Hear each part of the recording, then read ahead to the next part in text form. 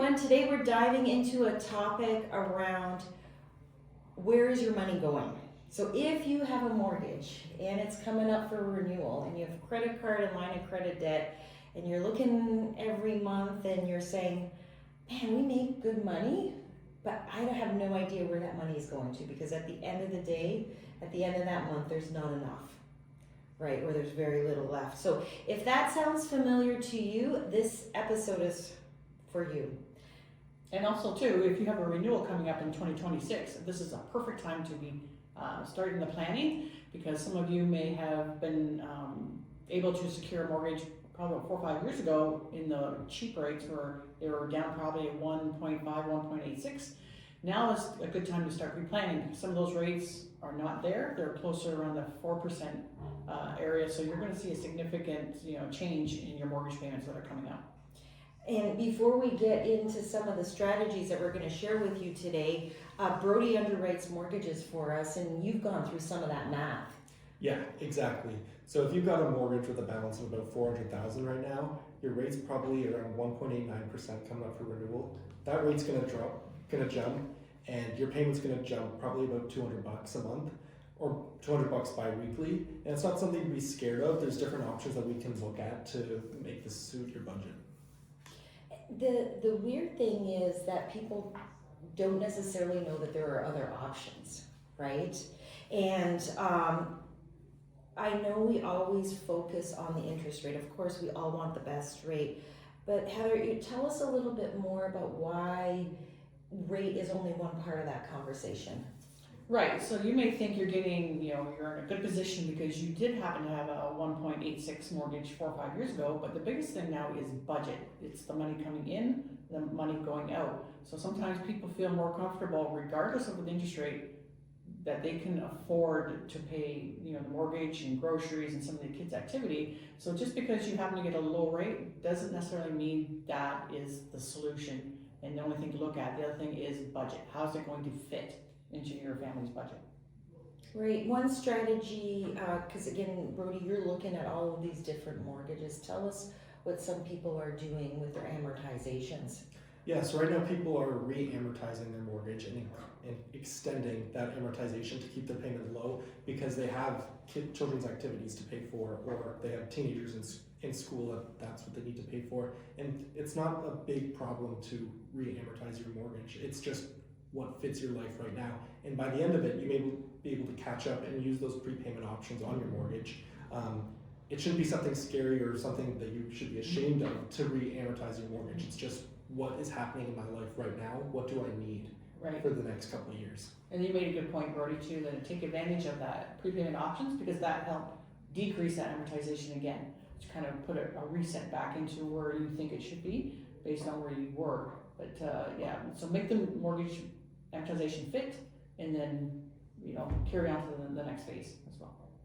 And I don't know about you, but I look at interest rates every day because that's part of our job.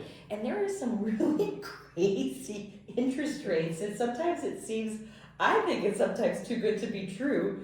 And these, go ahead, Brody, you're just like, hey. Yeah, we get calls every day. They're like, look at this rate. Can you guys match this? And unfortunately, they're not real rates. You're seeing them online, or they're bait and switch tactics where you might get that great rate for 3 months, but then it jumps up after 3 months and you're locked into this term. Or it doesn't come with great prepayment options, or there's different clauses in the mortgage that will affect your ability to port it or refinance it. And so we work with lenders that we trust, and we know what all these clauses are, and we know that it comes with great prepayment options. So we wouldn't bring you to a lender that we don't work with and we don't trust. Right, and that's where we've got your back, because we get those calls also from different, not clients of ours, but they're looking for a good rate because their mortgage is coming up for renewal with their bank. Right. And they feel that their bank hasn't offered them the best rate. Right, so if you have a renewing coming up, call our office, because, don't settle for what they give you at first. Go find out, is there a better rate out there? Take it to the market, because there's multiple lenders out there that could probably match it, and if not, offer a better rate than what you received. And Brody, this idea about matching an interest rate, Tell us about some of our, we're frustrated, sometimes we're frustrated with that, aren't we? We are frustrated because everyone's mortgage is coming up for renewal and they're coming to us and they're like, can you guys get a better rate for me? And a lot of times the banks are just matching the rate that we can provide.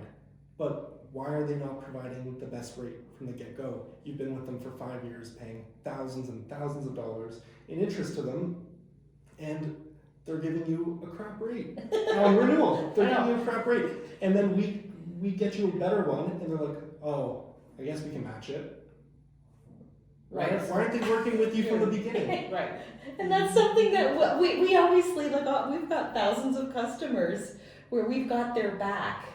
So we're actually following up with all of our clients who are renewing in 2026 and saying, hey, your payments are going to go up. You're going to get a higher rate. Let's check the market and make sure we got this for you. Right, and it's no different with insurance policy that take it to the market because sometimes people get comfortable and people settle. So you know what? Take it out, get the best rate, and do what's best for you. All right, awesome. We do also work with clients where their bank has turned them down. So let's just say your mortgage is coming up for a renewal and you've got some debt that you'd like to take care of, or you got some life situations happening in the future, kids going to university, and you're like, I'd like to refinance the mortgage, but my current financial institution is not letting me do that. What would be a good option? We can actually provide the clients with an option. Brody, and you work with several clients in underwriting their mortgages and getting them approved. Yeah, there's tons of different options.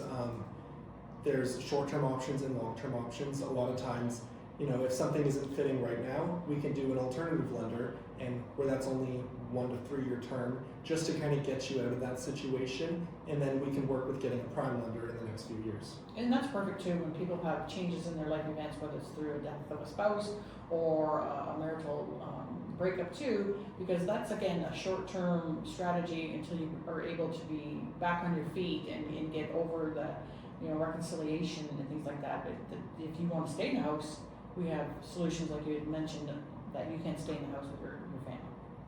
Right. Divorce is a common thing that we also deal with. A lot of self-employed people who show low taxable income oftentimes have to, they show low taxable income on their personal tax returns for income tax purposes, but then that hurts them or can hurt you when your mortgage comes up for renewal if you're self-employed. Mm-hmm. And for underwriting, we can use different tactics like a stated income program, which a lot of banks don't want to use because that's too much work for them if you go to the bank. Right. But, stated income, that's like stating what's reasonable for your income if you are a cash-heavy business, and that's something that we can consider and use to up your income if it's more than what's on your T1.